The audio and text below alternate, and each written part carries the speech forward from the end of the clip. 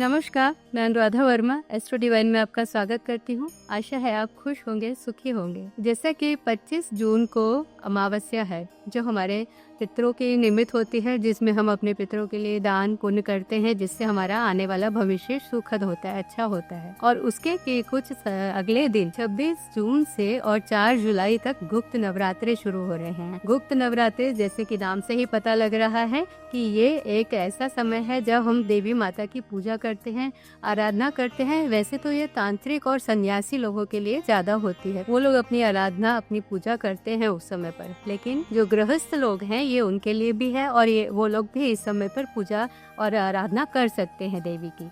तो हमें इस पूजा के लिए कुछ नियम का ध्यान रखना पड़ता है। तो वो नियम मैं आपको बताती हूँ। जैसे अगर किसी बच्चे को एजुकेशन पढ़ाई से, विद्यार्थी को पढ़ाई से संबंधित कोई पूजा करनी है, या वो कोई एग्जाम देने वाला है और सरस्वती माता का आशीर्वाद लेना चाहता है, तो ये समय बहुत अच्छा है। इस समय पर उनको सरस्वती के बीज मंत्र का जाप करना चाहिए। जो बीज मंत्र है सरस्वती माता का, इस मंत्र जाप करने के लिए माला ली जाती है, वो क्रिस्टल की माला होनी चाहिए। और 1 माला, 3 माला या जितनी भी आप कर सकते हैं, 5 माला, जैसे भी आप जो भी करेंगे रोज एक सी ही करनी है। ऐसा नहीं किसी दिन आपने 3 माला की, किसी दिन आपने 5 माला की, ऐसा नहीं करना है।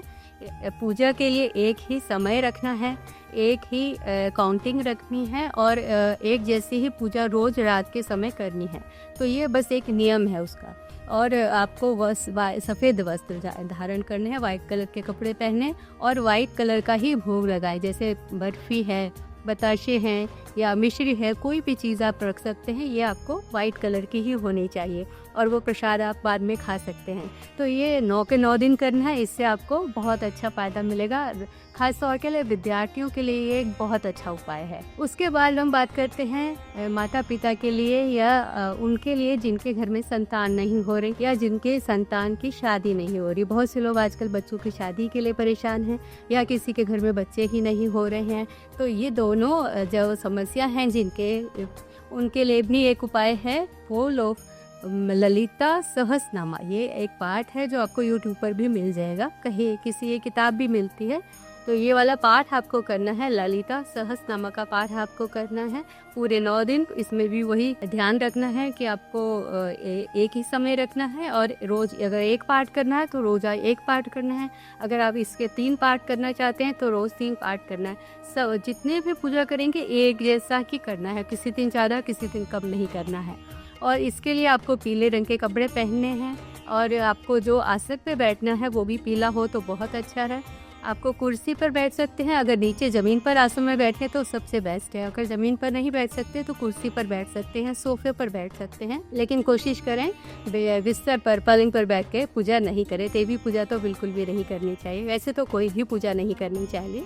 और उसके बाद आप उस देवी माता को ललिता सहस्रनामा के टाइम पर देवी माता को आपको भोग में दूध और केले का भोग लगाना है। और वो आपको जिसके लिए, अगर आप अपने बच्चों के लिए कर रहे हैं तो उन बच्चों को खिला दीजिए, और अगर आप अपने लिए कर रहे हैं कि आपके घर में संतान हो जाए तो वो हस्बैंड वाइफ खा सकते हैं। तो ये छोटा सा उपाय है, 2 उपाय मैंने आपको बताया, ये लेकिन बहुत ही अच्छे हैं, फल देने वाले हैं। और अगर कई बार होता है भगवान की आपके घर में हर तरह की कृपा है, कोई दुख तकलीफ नहीं है, तो आप माँ को प्रसन्न करने के लिए, सिर्फ देवी माता को प्रसन्न करने के लिए, उनका आशीर्वाद पाने के लिए भी पूजा कर सकते हैं। तो उसमें आप जो भी मंत्र करना चाहें, देवी माता का बीज मंत्र भी कर सकते हैं, जो भी पूजा करना चाहें वो भी कर सकते हैं, लेकिन आपको पूजा पूरे 9 दिन करनी है, एक ही समय पे करनी है और एक जैसी ही करनी है। ये एक छोटा सा उपाय है जो मैंने आपको बताया। अगर आपको मेरी वीडियो अच्छी लगती है, पसंद आती है तो लाइक करें, शेयर करें, और तब तक के लिए नमस्कार।